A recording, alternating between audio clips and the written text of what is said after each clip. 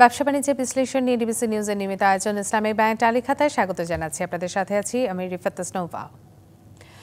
রাজনৈতিক অস্থিরতা, আইনশৃঙ্খলা পরিস্থিতির অবনতি আর নানামুখী দাবি আদায়ে আন্দোলনের মুখে গত অর্থ বছরের শুরুতেই হোঁচট খায় দেশের ব্যবসা বাণিজ্য। শিল্প কারখানায় তীব্র গ্যাস এবং বিদ্যুৎ সংকট, উচ্চ সুদের হার, উচ্চ মূল্যস্ফীতি, সবশেষ জাতীয় রাজস্ব বোর্ড বা এনবিআর এর কর্মকর্তা কর্মচারীদের আন্দোলনে স্থবির হয়ে যায় আমদানি রপ্তানি কার্যক্রম। পুরনো সংকটের মধ্যে নতুন করে অনিশ্চয়তা ডেকে আনে ট্রাম্পের বাড়তি শুল্ক, বিনিয়োগ প্রবাহ বাড়েনি প্রত্যাশিত মাত্রায়। এমন পরিস্থিতিতে গতকাল প্রধান উপদেষ্টা ঘোষণা দিয়েছেন, জাতীয় নির্বাচন নির্ধারিত সময়েই অনুষ্ঠিত হবে এবং গ্রহণযোগ্য পরিবেশ নিশ্চিতে নেওয়া হয়েছে প্রয়োজনীয় সব ধরনের পদক্ষেপ। নির্বাচনের এই রোড ম্যাপ নিয়ে রাজনৈতিক আলোচনার পাশাপাশি নতুন করে আলোচনা এসেছে অর্থনীতির ভবিষ্যৎ। এসব নিয়েই আজ আমাদের টালিখাতার আলোচনা। নির্বাচনের রোড ম্যাপ মিলল, বাণিজ্যে গতি ফিরবে। আলোচনা করতে আমাদের সাথে অনলাইনে যুক্ত আছেন Dhaka chamber of commerce and ইন্ডাস্ট্রিজের সাবেক প্রেসিডেন্ট আশরাফ আহমেদ এবং আমাদের সাথে আরও যুক্ত হবেন ঢাকা বিশ্ববিদ্যালয়ের উপাচার্য অধ্যাপক সাইমা হক বিদিশা। জনাব আশরাফ আহমেদ, আপনাকে দিয়ে একটু শুরু করছি। আপনি এরই মধ্যে সংযুক্ত হয়েছেন আমাদের সাথে। এই যে গতকালের যে ঘোষণা, বহুল প্রতীক্ষিত এই ঘোষণা, আমরা সবাই জানি, এর জন্য সবাই অপেক্ষা করেছিলাম। আপনার কি মনে হয় নির্বাচন নিয়ে অন্তর্বর্তী সরকারের যে মন্তব্য বা যে বক্তব্য তিনি দিয়েছেন, এমন পরিস্থিতিতে অর্থনীতির প্রেক্ষাপটে এটি কতটুকু গুরুত্বপূর্ণ ছিল এই সময়ে? ধন্যবাদ আপনাকে। আমাদের জন্য যেটা সবচেয়ে ইম্পর্টেন্ট যে মাইলস্টোনটা আমরা পার করলাম সেটা হচ্ছে যে আমাদের যে রাজনৈতিক অনিশ্চয়তা ছিল যে আগামী বছর কিংবা ৮-৯ মাসের ভিতরে আমাদের রাজনৈতিক পরিস্থিতি স্থিতিশীলতার দিকে এগোতে পারবে কি পারবে না, এই রোড ম্যাপটা এবং এই টাইমলাইনটা আমরা আসলে জানতাম না। কিন্তু এখন যেটা হচ্ছে যে আপনার ফেব্রুয়ারি মাসে যদি ইলেকশন ঘোষণা করা হয় তখন যেটা হবে যে এই অনিশ্চয়তাটা অনেকখানি কমে আসবে এবং আমরা তখন জানবো যে আমরা কোন পথে হাঁটবো। আমাদের একটা দিক নির্দেশনার ব্যাপার আছে। দেখুন, অর্থনীতির যে কোনো অবস্থাতেই যখন আমরা যে কোনো ইনভেস্টমেন্ট ডিসিশন কিংবা আমরা যদি ফরওয়ার্ড লুকিং প্রজেকশনও করতে চাই যে আগামী বছর আগামী 1 বছরে কি করব, সেক্ষেত্রে কিন্তু আমাদের অর্থনৈতিক গতিটা কোন দিকে হবে সেটা একটা খুব জরুরি একটা বিষয়। এই মুহূর্তে আমরা যেটা আছি, যেই সিচুয়েশনে আমরা আছি, তাতে দেখুন আমরা কিন্তু গত 1 বছরে আমাদের প্রায় রেকর্ডেড হিস্ট্রিতে প্রায় 20-30 বছরে আমার ধারণা লোয়েস্ট যে গ্রোথ রেট সেখানে আমরা পৌঁছে গেছি, 3.5% জিডিপি গ্রোথ। আবার একই সাথে আমরা কিন্তু আমাদের বোথ মনিটারি পলিসি এবং আমাদের ফিসকাল পলিসি দুই জায়গাতেই কিন্তু আমরা একটা কন্ট্রাকশনারি স্টান্সে থাকছি, স্ট্র্যাটেজিতে থাকছি। এটার নেট রেজাল্ট হচ্ছে যে আমাদের ইনভেস্টমেন্ট লেভেলস অনেক সিগনিফিকেন্টলি কমে গেছে। এইটা যে শুধু মনিটারি পলিসি কিংবা মনিটারি অ্যাভেলেবিলিটি থাকলেই যে বাড়বে সেটাও কিন্তু আসলে ঠিক সঠিক না, কারণ রাজনৈতিক অনিশ্চয়তা এবং জ্বালানি অনিশ্চয়তা এই দুটো জিনিস মিলিয়ে কিন্তু বিনিয়োগকারীরা যে খুব যে কমফোর্টেবল অবস্থায় আছেন সেটা কিন্তু না। কিন্তু এটা থেকে উত্তরণ করতে গেলে আসলে একটা স্টেবল সরকার এবং একটা স্টেবল ইকোনমিক পলিসি, একটা ডিরেকশন দরকার হবে। জনাব আশরাফ আহমেদ, এখানে একটি বিষয় আছে যে অনেকদিন ধরেই কিন্তু আমরা শুনছি নির্বাচিত সরকার না আসার কারণে বিনিয়োগ আমরা দেখতে পাচ্ছি। এরই মধ্যে আমাদের সাথে বিদিশা ম্যাডাম যুক্ত হয়েছেন, অধ্যাপক ডক্টর সাইমা হক বিদিশা। আপনাকে স্বাগত জানাচ্ছি আমাদের টালিখাতার আজকের আয়োজনে। আমরা জনাব আশরাফ আহমেদ, আপনি যেমনটি বলছিলেন, আপনি তো দীর্ঘদিন ধরে ব্যবসায়ীদের প্রতিনিধি হিসেবে কাজ করছেন। এই যে নির্বাচিত সরকার ক্ষমতায় আসেনি জন্য বিনিয়োগ অনেকটা কমে গেছে। আমরা কিন্তু দেখেছি সরকার পরিবর্তনের আগেও কিন্তু বিনিয়োগ যে খুব একটা বেশি বেড়েছিল বা বিনিয়োগ স্থবির ছিল বলা যায়। এখন কি বিনিয়োগে গতি ফিরবে বলে আপনি মনে করছেন? বিশেষ করে বিদেশি বিনিয়োগের ক্ষেত্রে আমরা কি সাড়া পাবো? এই মুহূর্তে সাড়া পাওয়ার সম্ভাবনা খুব কম, বাট ব্যাপারটা হচ্ছে যে আমরা এখন জানি যে অনিশ্চয়তাটা কাটার একটা টাইমলাইন আছে আমাদের, যে আমরা জানি যে 6 থেকে 9 মাসের ভিতরে একটা সিনারিও হবে যেখানে আমাদের একটা কংক্রিট ইকোনমিক পলিসি, একটা কংক্রিট ইকোনমিক ডিরেকশন তৈরি হবে। এই মুহূর্তে কিন্তু আমরা যেটা দেখছি যে আমাদের, যেমন ধরেন আমরা যদি এইভাবে বলি যে গত বছর আমরা ছিলাম রাজনৈতিক অস্থিতিশীলতায়, এখন কিন্তু আমাদের স্টেজটা হচ্ছে রাজনৈতিক অনিশ্চয়তা, একটু বেটার। অস্থিতিশীল অবস্থা থেকে অনিশ্চয়তা আসলে একটু স্লাইটলি হলেও বেটার। কিন্তু এই যে ইলেকশন প্রসেসের যে ঘোষণাটা, আমরা যে রাস্তায় আমরা হাঁটবো বলে আমরা ডিক্লেয়ার করলাম, এটার মানে হচ্ছে যে অনিশ্চয়তাটা কেটে যাওয়ার একটা স্পেসিফিক ডিরেকশন আছে, একটা টাইমলাইন আছে। এর ফলের থেকে কিন্তু এখন আসলে ইনভেস্টমেন্ট যে হতে পারে এই জিনিসটা আসলে একটা ডিসিশন নেওয়ার সিনারিও তৈরি হলো। তার মানে কিন্তু এই না যে কালকে থেকে ইনভেস্টমেন্ট শুরু হয়ে যাবে, কিন্তু আউটলুকটা যেহেতু ইমপ্রুভ করছে, সেখানে কিছু কিছু ইন্ডাইসেসে আমরা দেখব যে হয়তোবা খুব তাড়াতাড়ি কিছু ইমপ্রুভমেন্ট দেখতে পাবেন। যে অর্থাৎ আপনি বলতে চাচ্ছেন যে যখন রাজনৈতিকভাবে একটি স্থিতিশীলতা আসবে তখন বিনিয়োগের ক্ষেত্রেও আস্থা ফিরে পাবেন বিনিয়োগকারীরা, এরকম একটি বিষয় আপনি তুলে ধরতে চেয়েছেন। আমি একটু ডক্টর সাইমা হক বিদিশা আপনার কাছে একটু যেতে চাচ্ছি। জনাব আশরাফকে আসলে যে প্রশ্নটি আমি করেছিলাম যে নির্বাচনী অন্তর্বর্তী সরকার প্রধান যে ঘোষণাটি গতকাল দিয়েছেন, এমন পরিস্থিতিতে অর্থনৈতিক প্রেক্ষাপটে কতটা গুরুত্বপূর্ণ এই ঘোষণা আপনি মনে করছেন? ধন্যবাদ। প্রথমে যে বিষয়টি বলি সেটি হচ্ছে যে যদি আমরা সার্বিকভাবে চিন্তা করি তাহলে অর্থনীতির সাথে রাজনীতির একটা গুরুত্বপূর্ণ সংযোগ রয়েছে, কিন্তু এটাও মনে রাখতে হবে যে এই আমরা যখন বলছি যে রাজনৈতিক স্থিতিশীলতা এবং রাজনৈতিক একটা খুব সুনির্দিষ্ট একটা প্রক্রিয়ার বিষয় যখন আমরা বলছি, এবং একটা যে রোড ম্যাপের কথা আপনি বললেন গতকালকের আমরা যেটি শুনলাম, তো সেই প্রক্রিয়াটাকে বিবেচনা করে আমি মনে করি যে এটি একটা খুব গুরুত্বপূর্ণ একটা নিয়ামক সার্বিকভাবে যদি বিনিয়োগ, ব্যবসা বাণিজ্য এই পুরো পরিস্থিতিটার কথা চিন্তা করি। কিন্তু এটি যেটি গুরুত্বপূর্ণ সেটা হচ্ছে যে অন্যান্য আরও অনেক বিষয় কিন্তু রয়েছে, এবং অন্যান্য বিষয়গুলোর মধ্যে আমরা পরবর্তীতে আলোচনায় আসতে পারি।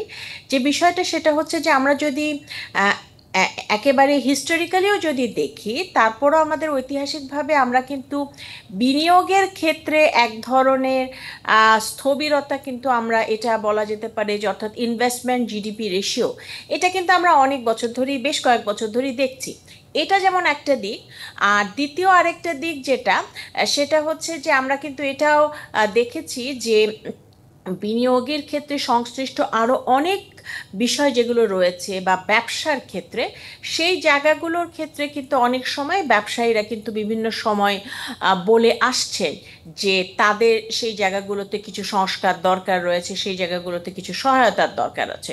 সুতরাং পুরো বিষয়টাকে আমি বলবো যে রাজনৈতিক স্থিতিশীলতা এবং একটা সুস্পষ্ট রোডম্যাপ এবং সুনির্দিষ্ট একটি লক্ষ্য, এই পুরো প্রক্রিয়াটা এটা অবশ্যই এটা একটা ইতিবাচক দিক বাণিজ্যের ক্ষেত্রে, বিনিয়োগের ক্ষেত্রে, কিন্তু এর পাশাপাশি আরও অনেক বিষয় কিন্তু রয়েছে, এবং সেই জায়গাগুলোতে যদি বড় ধরনের পরিবর্তন না হয়, তাহলে খুব বড় ধরনের পরিবর্তন যে বাণিজ্যে আসবে বা বিনিয়োগে আসবে সেটা হয়তো নাও হতে পারে। কিন্তু সেক্ষেত্রে আমাদের যেটা জরুরি সেটা হচ্ছে যে এখন যে সংস্কারগুলোর কথা আমরা বলছি, সেই সংস্কারের মধ্যে আর্থিক খাতের যে সংস্কারটা রয়েছে, এবং আর্থিক খাতের বিভিন্ন সংস্কারের মধ্যে আর্থিক খাতে তো সুনির্দিষ্ট কোনো সংস্কার নেই, কিন্তু তারপর আমরা শ্বেতপত্র কমিটির কিছু সুপারিশ রয়েছে। এর পাশাপাশি আমরা দেখেছি যে ব্যাংকিং খাতেও কিছু সংস্কার করা হচ্ছে, কিছু পরিবর্তনগুলো করা হচ্ছে। তো এই সবগুলোকে যদি আমরা একটু বিবেচনায় আনি, তাহলে এই সবগুলোকে বিবেচনায় আনলে একটা খুব গুরুত্বপূর্ণ বিষয় যে সেই জায়গাটাতে একটা কিছু পরিবর্তন, ইতিবাচক পরিবর্তন হলে সেটার একটা সুফল আমরা পেতে পারি। আর এর পাশাপাশি সেটা হচ্ছে সামগ্রিক কিছু বিষয় কিন্তু রয়েছে। যেমন আপনি যদি একজন ব্যবসায়ীকে জিজ্ঞেস করেন, তিনি কিন্তু বলবে যে ব্যবসা করবার যে খরচ, অর্থাৎ কস্ট অফ ডুইং বিজনেস, এই জায়গাটার ক্ষেত্রে যে আমলাতান্ত্রিক জটিলতা সংক্রান্ত যে বিষয়গুলো রয়েছে, সময়ের কালক্ষেপণের বিষয়গুলো রয়েছে, এর পাশাপাশি অবকাঠামোগত যে জটিলতাগুলো রয়েছে, যে খরচের বিষয়গুলো রয়েছে, এই বিষয়গুলোকে কিন্তু আমাদের ব্যবসার সম্প্রসারণের জন্য একটা ফান্ডামেন্টাল একটা কনস্ট্রেইন্টের মতো কাজ করছে এগুলো। আর এর পাশাপাশি কিন্তু আমাদের মুদ্রানীতি, রাজস্ব নীতি, এগুলোরও কিন্তু খুব গুরুত্বপূর্ণ ভূমিকা রয়েছে।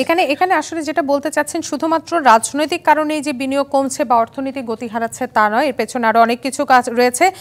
আমরা একটি ছোট্ট বিরতিতে যাচ্ছি। আশরাফ আহমেদ এবং ডক্টর সাইমা হক বিদিশা, আমরা বিরতির পর আবারও ফিরবো আমাদের আলোচনায়। বিরতি নিচ্ছি। ব্যবসা বাণিজ্যের বিশ্লেষণ নিয়ে ডিবিসি নিউজের নিয়মিত আয়োজন ইসলামিক ব্যাংক টালিখাতায়, সঙ্গে থাকুন।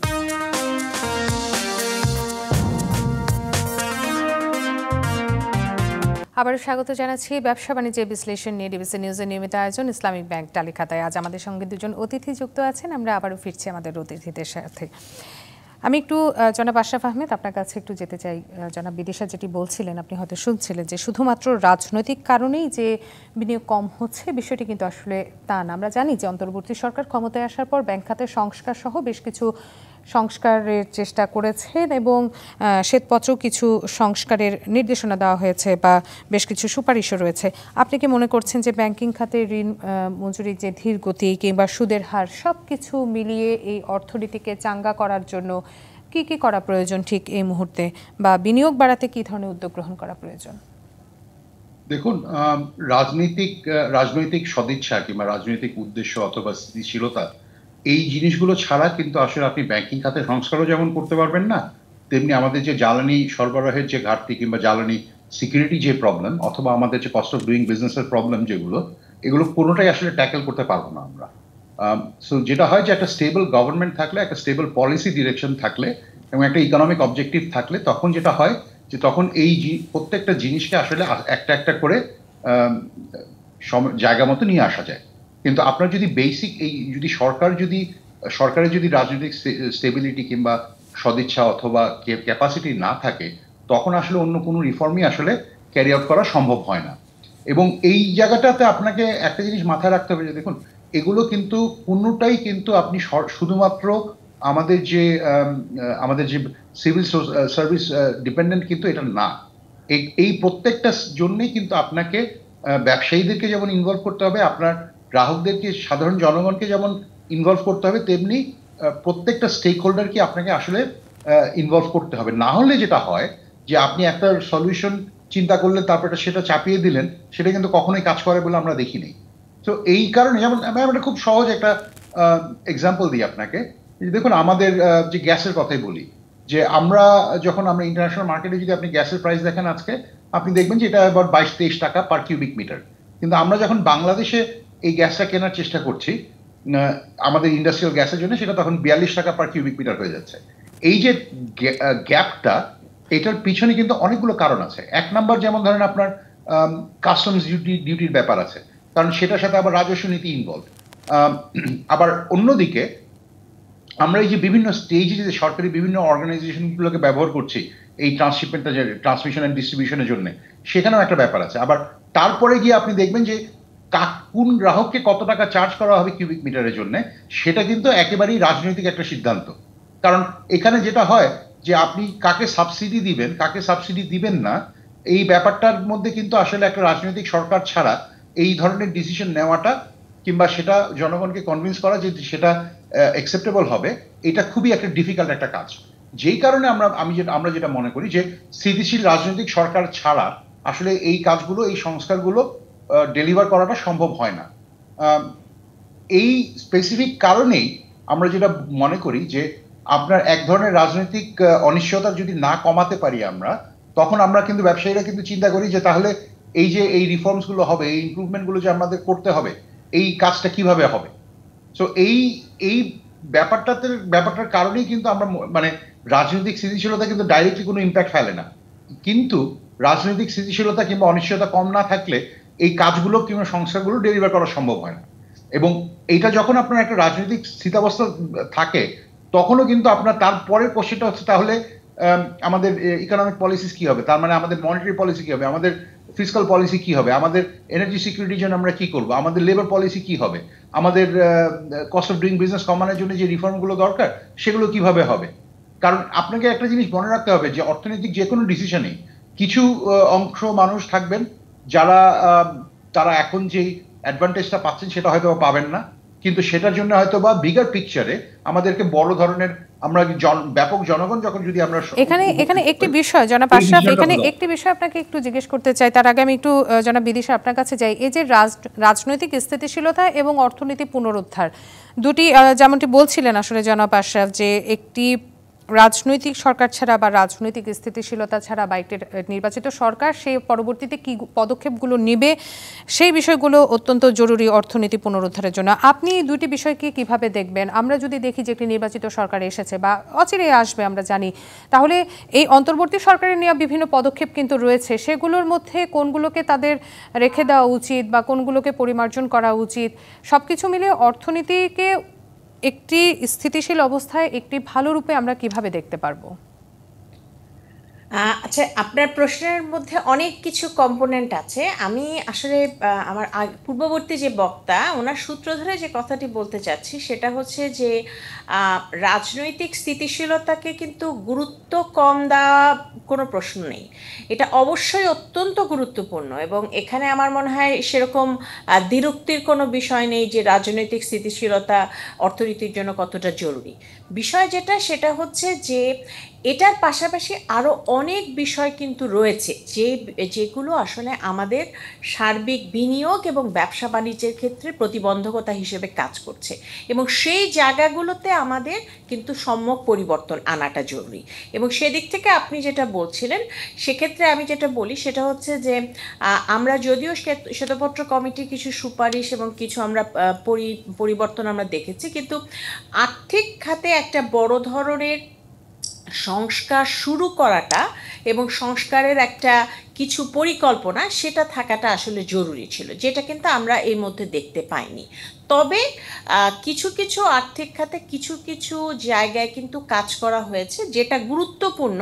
আমি যেটা মনে করি সেটা হচ্ছে যে দু তিনটা জায়গা। একটা হচ্ছে আর্থিক খাতের ক্ষেত্রে এক ধরনের স্বচ্ছতা আসা এবং ঋণ বিতরণের ক্ষেত্রে এক ধরনের সুনির্দিষ্ট কাঠামো আসা এবং সেই জায়গাগুলোতে সংস্কার করা এবং দুর্বল ব্যাংকগুলোকে মোটামুটিভাবে একটা সবল অবস্থায় বা মোটামুটিভাবে একটা সহনীয় মাত্রার অবস্থায় আনা, এটা যেমন একটা দিক। এর পাশাপাশি হচ্ছে যে বেশ কিছু বিষয় রয়েছে যেগুলোর ক্ষেত্রে আমাদের যেমন আমরা যখন বলে থাকি সেটা হচ্ছে যে সরকারি বিভিন্ন সেবা, সেই সরকারি সেবার ক্ষেত্রে অর্থাৎ যেখানে আমি বলবো যে বিভিন্ন জায়গায় যে আমলাতান্ত্রিক যে জটিলতা, এই যেটা আমি একটু আগে বলছিলাম যে আমলাতান্ত্রিক বিভিন্ন জটিলতা যেটার মাধ্যমে সরকারি বিভিন্ন সেবা গ্রহণ, এই জায়গাগুলোতে যে দীর্ঘসূত্রিতা রয়েছে সেই দীর্ঘসূত্রিতা কমাতে হবে। কারণ একটা বিষয় কিন্তু মনে রাখতে হবে যে সময়টা বিশেষ করে বৈদেশিক বাণিজ্যের ক্ষেত্রে অসম্ভব জরুরি। তৃতীয় আরেকটা জিনিস হচ্ছে আমাদের বিভিন্ন পোর্টগুলো যে রয়েছে সেই জায়গাগুলোতে কিছু সংস্কারের দরকার আছে, কিছু পরিবর্তনের দরকার আছে এবং সেখানে গতিশীলতাটা আনা দরকার। এর পাশাপাশি যেটা সেটা হচ্ছে যে আমাদের সামগ্রিক যদি আমরা দেখি যে আমাদের বিভিন্ন যে নীতিগুলো রয়েছে, আমাদের রাজস্ব নীতি, আমরা দেখেছি যে আমাদের বাজেটটা কিন্তু এবার বেশ একটু সংকোচনমূলক বাজেট হয়েছে। আমাদের যে মুদ্রানীতি সেই মুদ্রানীতিতে সাম্প্রতিককালে কিছু পরিবর্তন হলে মুদ্রানীতিও মোটামুটিভাবে একটু সংকোচনমূলক। তো এই সব কিছুকে যদি আমরা বিবেচনা করি তাহলে পুরো বিষয়টা দাঁড়াচ্ছে যে আমরা একেবারে যেহেতু শেষের দিকে চলে এসেছি, আমি জনাব আশরাফ আপনি একটু ছোট করে বলবেন যে রাজনৈতিক স্থিতিশীলতার উপরে যে ব্যবসায়ীরা আপনারা নতুন করে বিনিয়োগের কোনো চিন্তা করছেন কিনা বা আপনাদের প্রস্তুতি এখন কতটুকু? অনেকদিন ধরে তো রোডম্যাপ চাচ্ছিলেন, এখন পেয়ে গেলেন, এখন আপনাদের প্রস্তুতি কেমন? দেখুন, রোডম্যাপ পাওয়ার মানে হচ্ছে যে আমরা এখন প্ল্যানিং শুরু করতে পারবো। মানে আমরা জানি যে আগামী বছর কি হতে পারে।